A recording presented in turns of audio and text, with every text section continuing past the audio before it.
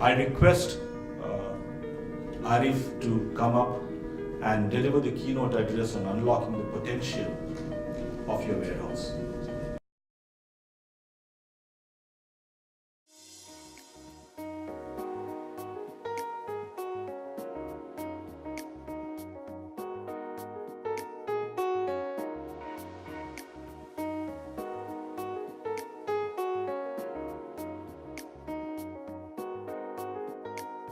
Dr. Rakesh, you have actually rekindled some nostalgic memories, And why I need to say this, is that these nostalgic memories, just to add to what Girish was saying, actually when I started my consulting firm, this firm was started to provide strategic consulting. It was to do with helping companies organize their overall business strategy towards developing 3PL. So one of the key opportunities that came up while I was in AFL and I was walking out of AFL, I did a small research and I found that there were several companies in this country who actually were logistics companies, so to say, transporters, and they were having this huge problem of their second and third and fourth generation joining them because they were typical transport organizations and they were 100 crores, 50 crores, 200, 300 crores. They had a huge and very good list of customers, MNCs and large Indian firms and so on and so forth. And they were in this great worry that if something happens to my business, my son or my daughter or my son-in-law is not going to join me because it doesn't have that X factor. So why don't I start putting up something which is similar to what I'm using the word AFL because we were pioneers in the business of third-party logistics.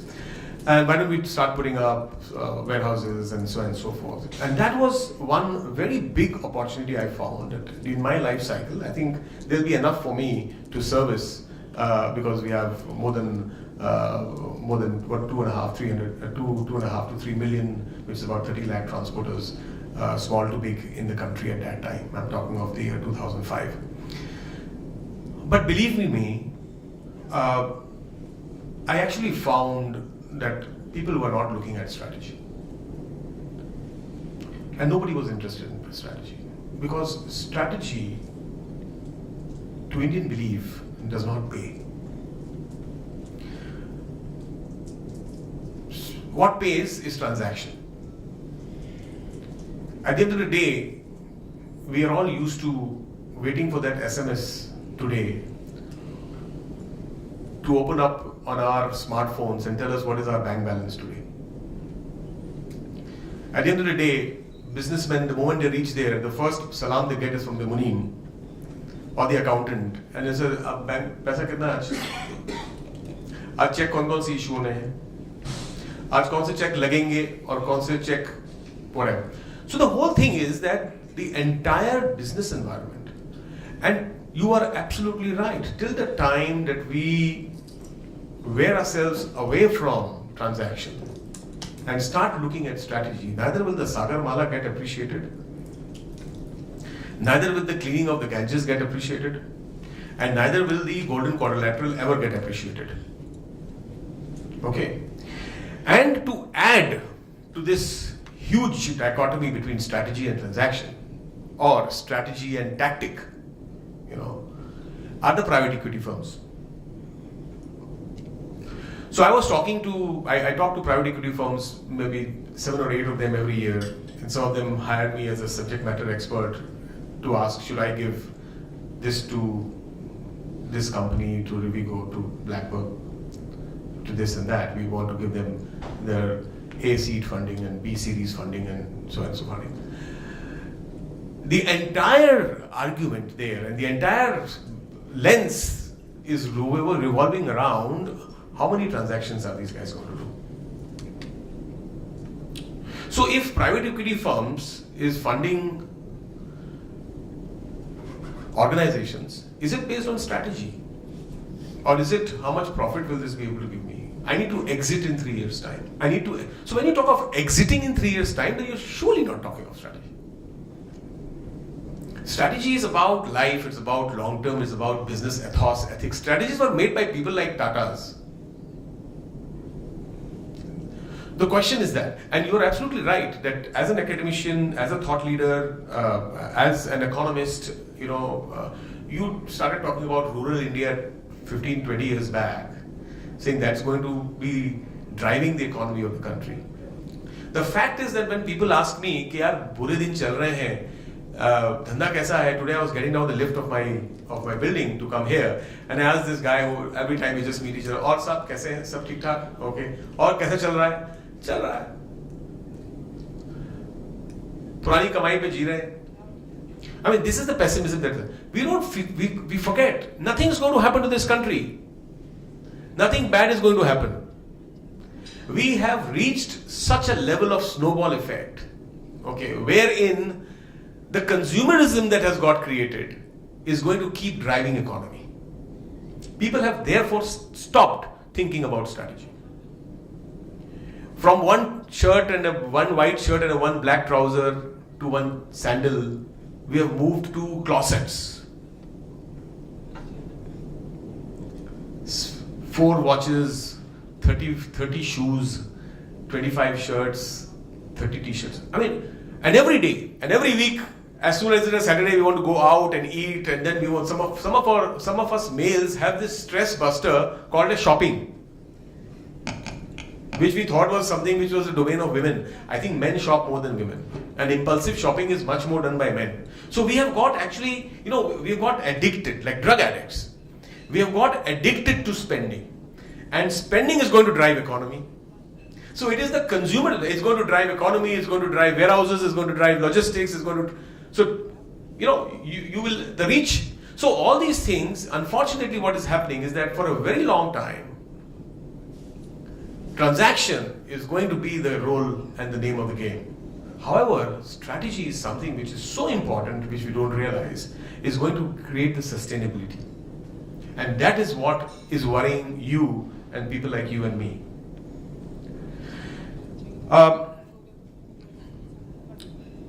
When Girish requested me to come and speak here, I said, see, extempore, when we speak of the same old things every time, and so I am happy to inform you that I have gotten approval from the Georgia Tech University and the National University of Singapore to read this paper of mine, which was submitted to them and has been approved for being read in Georgia Tech USA and in National University of Singapore in the months of October and November 2018.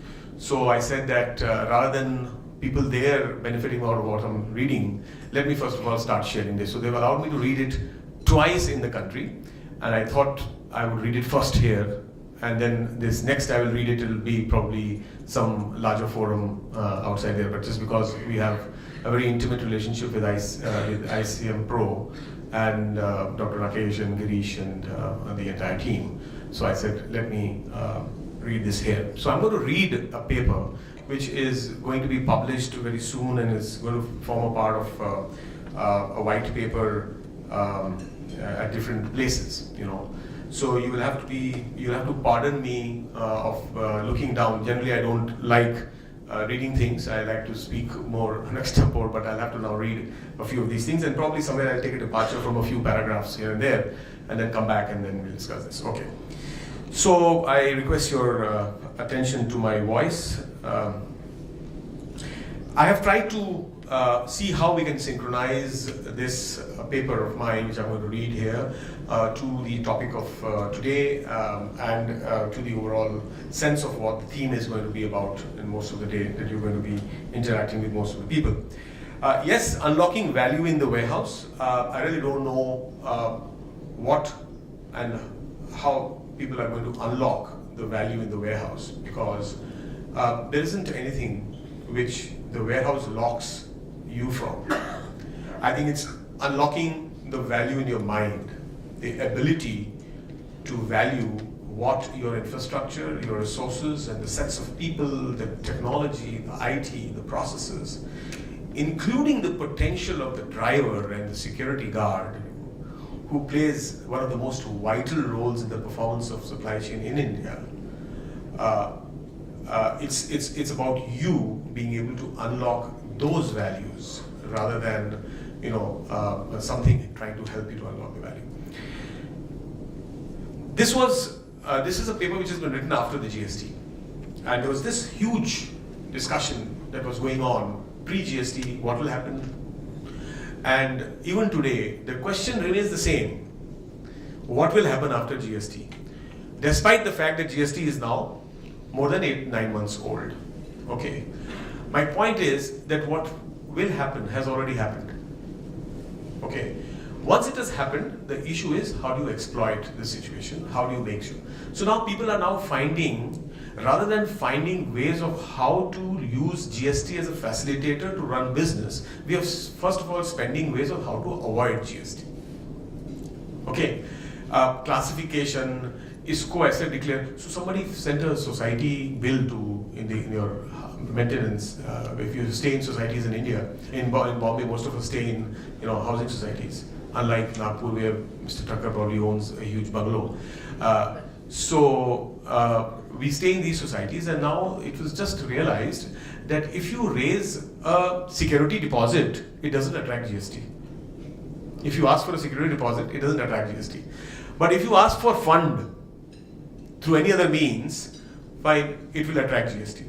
So now we are going to probably start getting bills which will also say property tax, this, and there will be one line, fat line, which will say your 6-month bill of 30,000 rupees is towards security deposit because it doesn't attract GST, and we're going to save GST. So this paper was written in that realm, that how GST is going to propagate things, and regardless of GST, fine, which has nothing to do with the way we do our business in terms of mindset. It's only a transactional dispositioning that the government is trying to help businesses do, reduce some of the pain and empathy that we've been going through.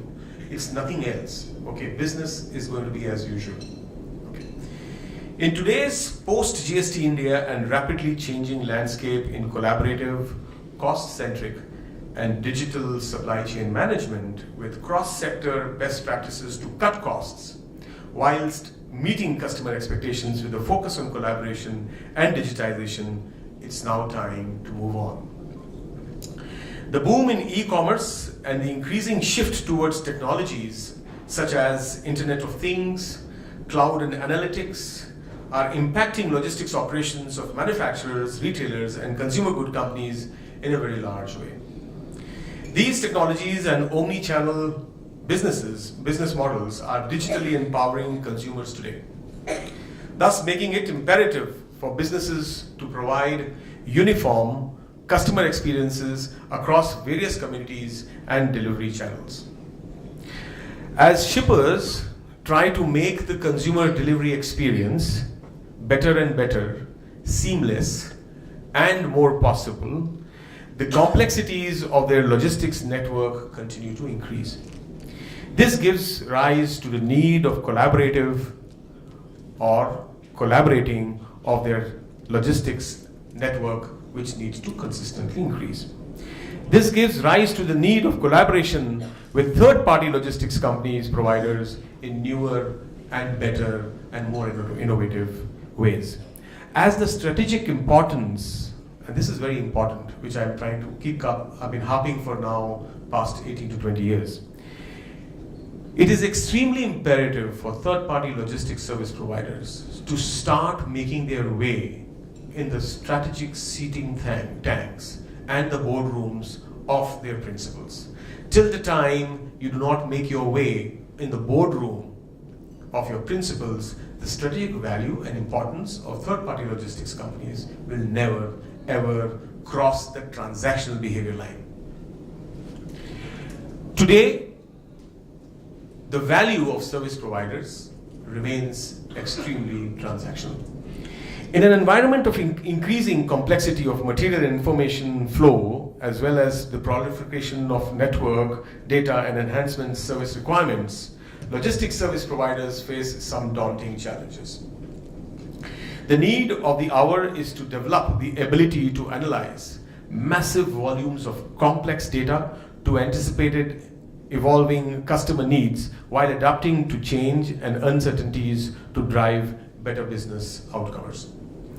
It is my view that the best supply chains will be those that have the ability to quickly analyze large amount of disparate data and mountains of information and disseminate business insights to decision makers in real time or close to real time. Sometimes we tend to forget that warehouses are connected to S&OP systems, sales and order processing systems. However, this S&OP systems and the warehouse management systems are so close to the information that they provide, but are so far from each other. A large amount of transactional cost information actually sits in warehouse management systems and not in the S&OP system. Critical supply chain cost decisions are unable to be taken just because you don't have visibility of the transactional cost information. Many vice president, directors, supply chain, vice president, supply chain, people at the helm of supply chain continue to focus on the procurement and manufacturing side of the supply chain. And a lot of discomforted distribution setups of the country because of either issues of being connected to transport modes, being like road, rail, air, shipping, etc., being not a very comfortable arena. You find those activities are given down the strategy line to transaction level. And you have different distribution managers who are looking after that business, who do not have any connectivity to what the long-term goal is. Their overall objective remains to maintain supply chain cost on a month-to-month basis. And that concern will continue, Dr. Saab, till the time we move this team up the ladder. Of all the technological advances improving daily life, advanced analytics and machine learning in supply chain has perhaps flown under the carpet. Outside of technology circles, most people remain blissfully unaware that sophisticated machine learning algorithms and working behind the scenes of many customer technologies that most people know and use every day are creeping into our daily lives and are going to make the big change. This will be very similar to the Big Bang. It is an exciting time, though, to be a supply chain professional. The very technologies that are driving so much of complexity and are also providing a new set of tools to increase awareness of what is happening in the value chain and improving our ability to respond, we have seen how digitization of the supply chain allows for increased responsiveness. We are continuously responding much faster than what we used to in the earlier days. You see all the e-commerce companies responding to you in certain cases in a few hours. Next day delivery 10 days back used to be the fastest mode of response. Today you're talking about 3-hour response, 4-hour response time. We continue to see the global supply chain transformation into a strategically leveraged network of local supply chains. The new set of skills required for the next generation of supply chain leaders and operations teams are slowly emerging by the virtue of their integration to the new environment. In this light of the changing times, it's imperative to discuss and deliberate on calibration to improve the competitiveness and the potential opportunities and challenges that are faced by the supply chain service sector in India. Also important is to deliberate on the impediments that are faced in decision making and implementation of calibration initiatives. I have spoken about collaboration in several times.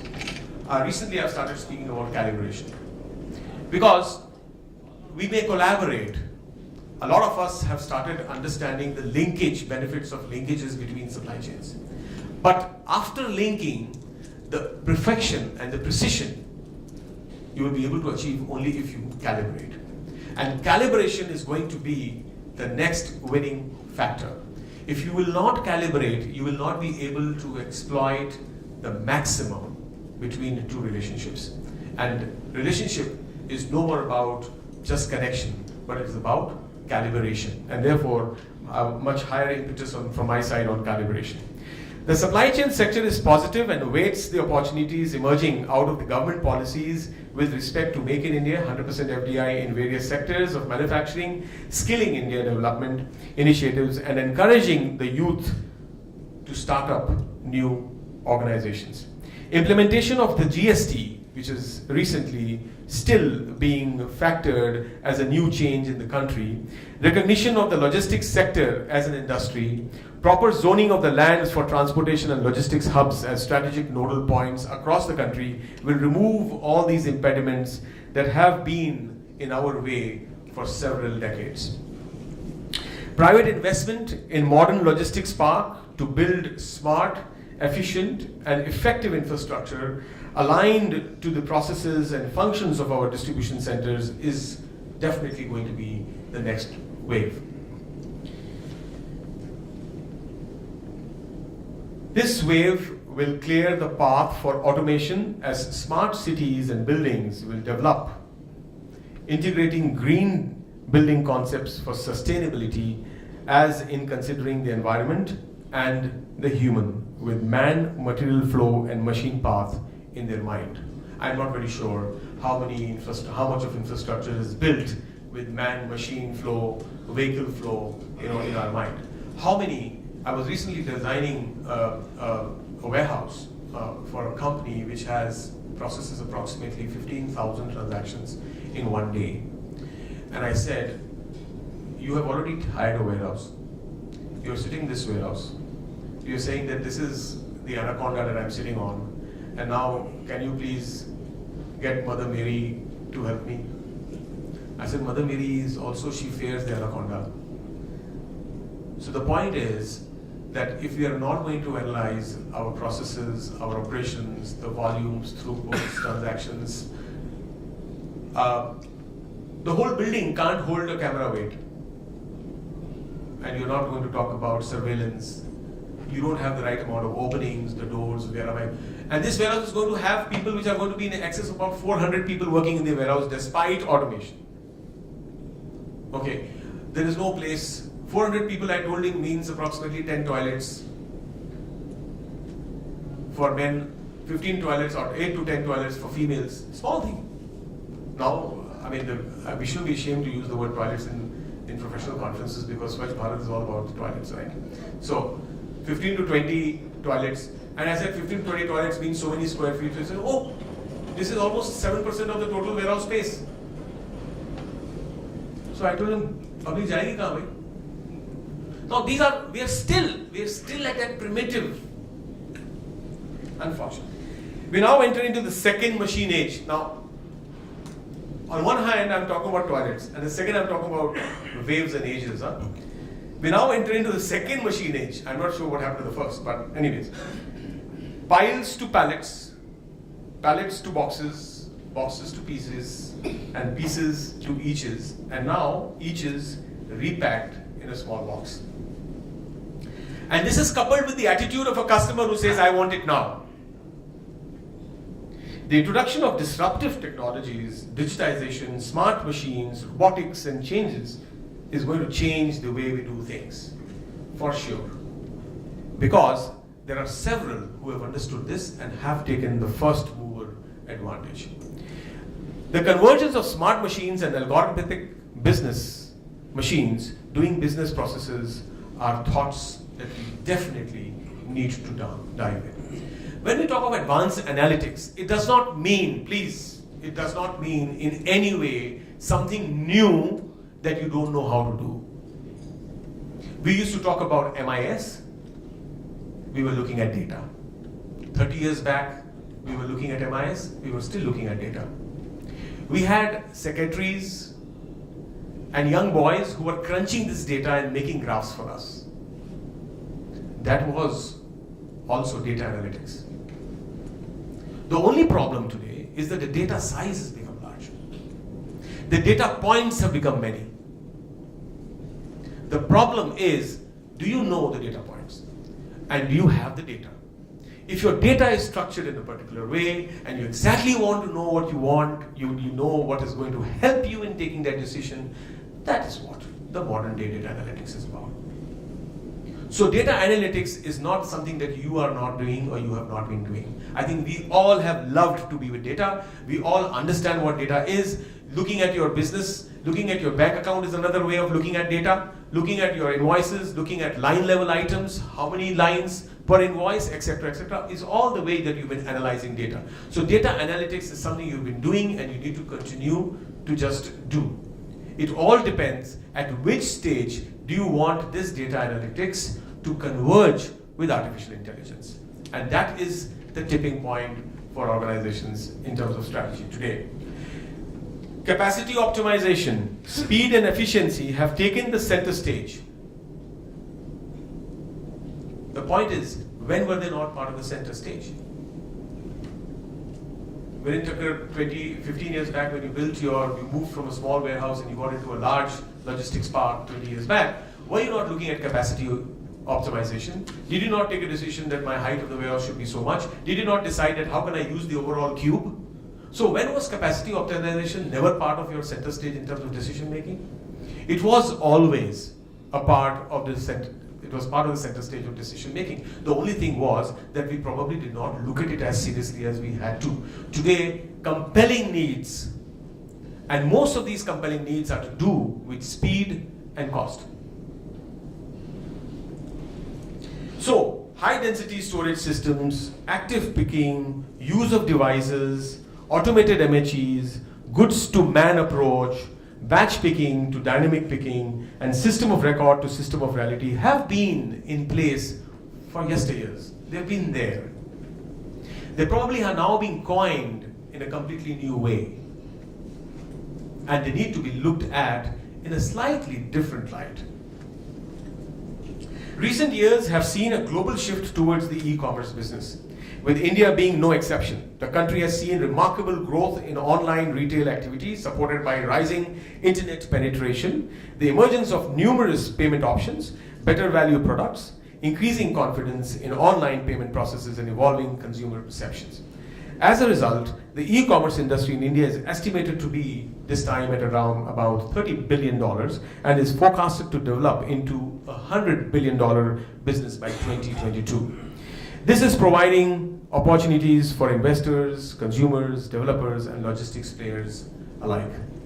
Let us look at this conference and this discussion today in this background.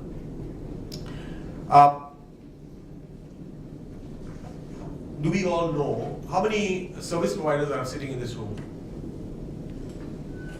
Okay, great. Do we all know that e-commerce businesses generally do not outsource to service providers? Okay, have you ever thought why? Many people, when I talk to them, they don't find a reason in them. They find a reason in the e-commerce companies. I work fortunately with probably all the e-commerce companies and all the top boys in the business. We design so many warehouses for them, etc. And in the bargain, I keep asking them this question because I come from a 3PL background, so I keep asking this question: why don't you outsource this to some company? Do you know what they say? Can anybody guess what they say? They don't trust the competence level. The competence. The trust is one thing. You can bind trust and work out trust through SLAs and deductions and so on and so forth. They're very happy to deduct money, by the way. The issue is not the trust. The issue is, more than the trust, is the competency. They don't believe that you know this high transaction business. They still think that we are transporters and not couriers. You know what I mean? The difference between a transporter and a courier? Yeah. Okay. Courier is high transaction, small values, information, track and trace, on time, pick on time, all that. MIS and so on and so forth. Whereas transporter is about Sarji pahunch jayega types, So that is the whole thing. So they still consider the 3PLs as transporters of the transport business, and they feel that this is a courier business. So they don't have any comment. And then when they want to call you, they'll call you and give you a few warehouses, find where the value is not so important. So they'll give you a Lucknow and a Gorakhpur and Indore and somewhere, and then you don't make money there. This is the issue. My point is, after 1992 was the first time we came up with this 3PL concept. I still remember I was part of the thought leadership team, and now we're sitting 2017. Okay, so all close to 30 years now. We haven't changed. Why? I think this is something we need to understand. Okay. Calibration of our networks of warehouse post GST, as these would now be measured on a balance of cost and time effective distribution. With the advent of GST and the ever changing consumer behavior and expectations, it is critical to calibrate the existing network of warehouses so as to meet the customer order fulfillment expectation on one side and supply chain profitability on the other. So many companies are talking about what will happen to GST, like completely consolidate, I will come down from 29 to 5 and so on and so forth. Actually, people are, all of them, they have decided they're just going to reduce 4 or 5 warehouses. 4 or 5, not 15. So 29 is not going to come down to 7 or 8. Okay, 29 will come down by another 4 or 5, especially those states and those capitals which are very close by 200 kilometers here and there. You know, a Nagpur and a Raipur. You know, so people said, "Arey yaar, wo Raipur was because of Chhattisgarh." Then I prefer remaining in Nagpur. Nagpur and Raipur are quite close to each other. If Maharashtra was 3, that means it has, or 2, that is Pune and Nagpur, Pune and Bhiwandi. I think this will continue because the critical mass itself is so large that you can't operate from one. You know, so I think the whole paradigm in India is that we perceive. The mistake we do is we perceive something, and actually what happens is the realization is quite different. Because the perception is not strategic. The perception is very transactional in nature. The critical challenges and hurdles and bottlenecks are faced by the service providers in creating comprehensive, competitive warehousing service organizations. How can companies improve their position in the supply chain function and become value generators to the business and attain a position of strategic management groups within their own customers? With changing environment, key performance indicators also need to be augmented. I'm not very sure whether we're measuring enough. Companies that have evolved over a period of time by developing conventional MHEs and have recently invested in automated equipments need to calibrate all these assets to perform in a synchronized manner so as to deliver the highest level of productivity, efficiency, and effectiveness. The other problem in this, on the warehousing sector, and since this is a warehousing summit, I will keep harping on the warehouse part. We are unable to define automation. There's a huge dichotomy. There is a huge confusion between what is mechanization and what is automation. Several companies who say, the other thing is automation. This is a new Indian word, automation. Please, there is nothing called as automation. It is either mechanization or it is automation. There is nothing called as logistically. Okay, it's logistics, it's not logistically. So the point here is that when we talk about automation, automation is not mechanization. If there is no intelligence, there is no automation. Okay, if it's mechanics, it's only mechanization. If it's taking things from here to there and there is no decision being taken, it is not automation. This is another problem in this country, that we have our definitions unfortunately wrong. And till the time that you have definitions wrong, you will invest in the wrong things.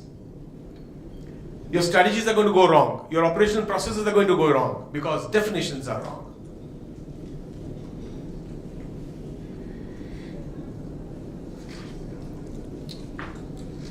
However, businesses have started, I'm skipping a few parts of this, businesses have started recognizing the importance of optimum layouts, streamlining processes, identifying the right automation and mechanization systems, aligning infrastructure to the processes and throughputs that need to pass through the infrastructure.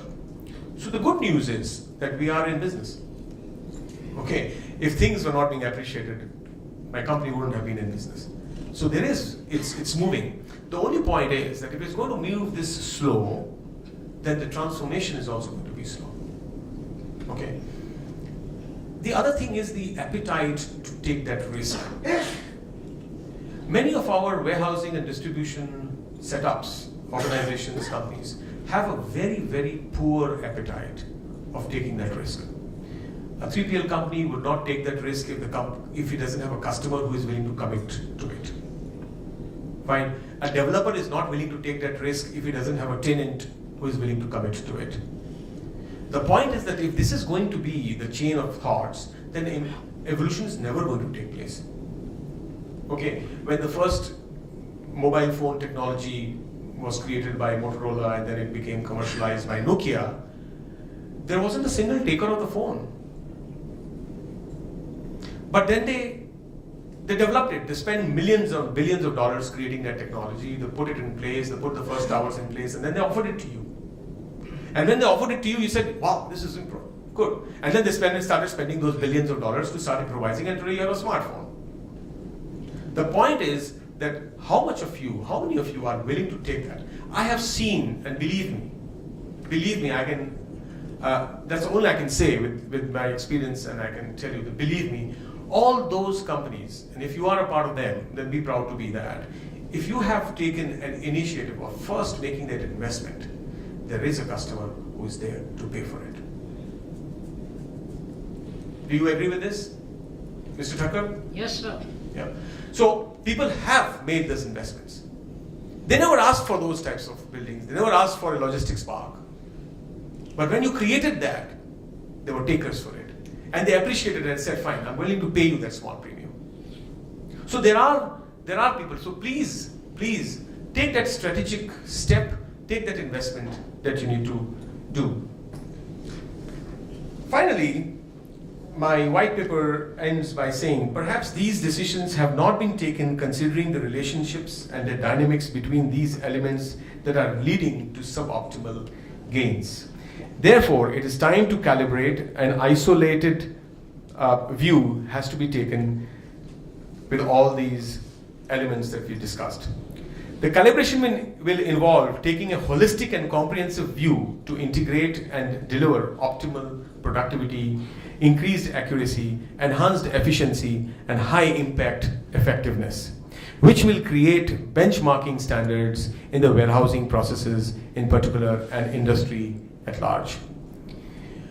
Gentlemen, I'm sure that the next few hours that you're going to spend here and listen to eminent speakers and understand the various insights that will be brought in by various experienced people in this business or in the business of providing the services, people on the technology side, people on the machine side, people on the skill side, will bring and talk to you a lot of things which are going to be personally based on success stories and small steps of successes that they've experienced.